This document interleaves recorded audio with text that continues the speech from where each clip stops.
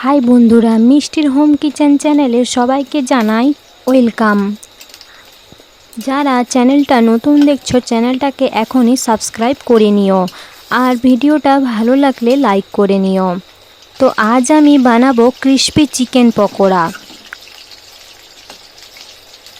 তার জন্য যা যা দরকার তা আমি আগে থেকেই নিয়ে নিয়েছি।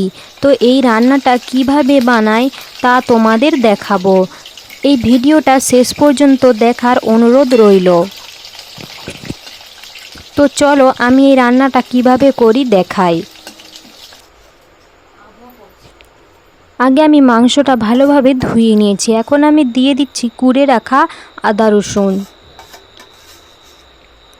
তোমরা চাইলে পেস্টও দিতে পারো। এরপর দিয়ে দিচ্ছি 1 চামচ ময়দা, আর দেব 1 চামচ বেসন,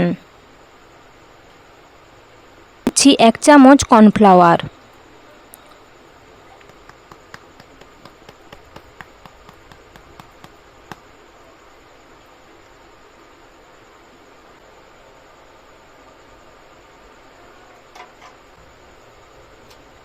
আর সামান্য পরিমাণে হলুদ দিচ্ছি, আর দেব সামান্য পরিমাণ লঙ্কা গুঁড়ো, আর দিচ্ছি সামান্য পরিমাণে মিট মশলা, এতে এর স্বাদটা ভালো আসবে। আর দিচ্ছি হালকা টক আসার জন্য একটা পাতিলেবু।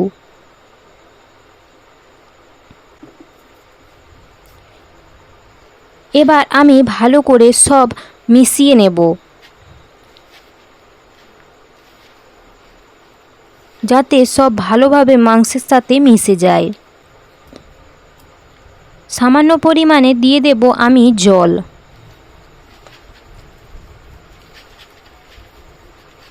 জল দিয়ে আবার ভালোভাবে মিশিয়ে নেব।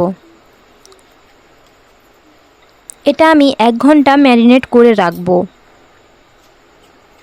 তোমাদের হাতে কম সময় থাকলে তোমরা কম সময়ও রাখতে পারো। এবার আমি ঢাকনা দিয়ে দেব। কড়াই বসিয়ে দিয়েছি। এদিকে কড়াইয়ে তেল গরম হয়ে গেছে।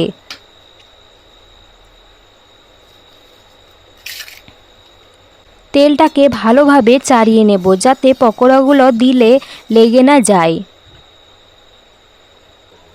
এখন আমি একটা একটা করে পকোড়া ছেড়ে দেব।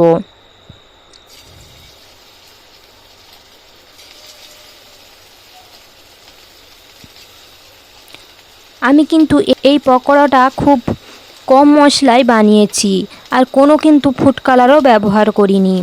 তোমরা চাইলে কালার ব্যবহার করতে পারো, কিন্তু আমি কোনো কালার ব্যবহার করিনি।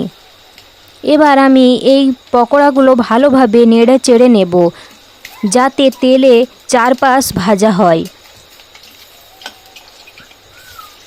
তোমরাও ঘরে এইভাবে একবার এই সামান্য উপকরণ দিয়ে বানিয়ে দেখতে পারো কেমন লাগে। আমাদের তো খুবই ভালো লাগে এই পকোড়াটা খেতে।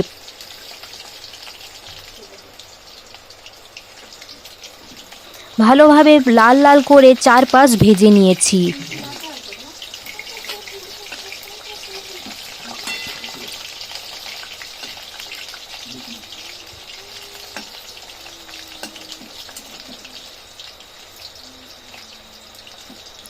লাল লাল ভাজতে আমার প্রায় 5 থেকে 6 মিনিট সময় লেগেছে। এবার আমি সবগুলো তুলে নেব।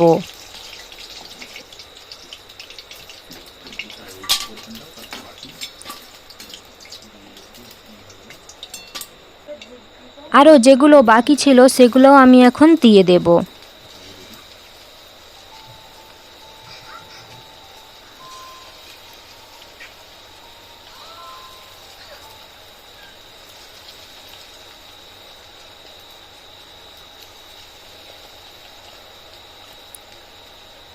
এই চিকেন পকোড়াটা কিন্তু অনেকেই অনেক কিছু দিয়েই বানায়, কিন্তু আমি একদম ঘরোয়াভাবে কম মশলায় বানিয়েছি। একবার তোমরা বানিয়ে খেয়ে দেখতে পারো। এগুলোকেও চারপাশ উল্টিয়ে পাল্টিয়ে ভেজে নিয়েছি। লাল লাল ভাজা হয়ে গেছে। এবার আমি এগুলোকেও ভালোভাবে নেড়ে চেড়ে তুলে নেব।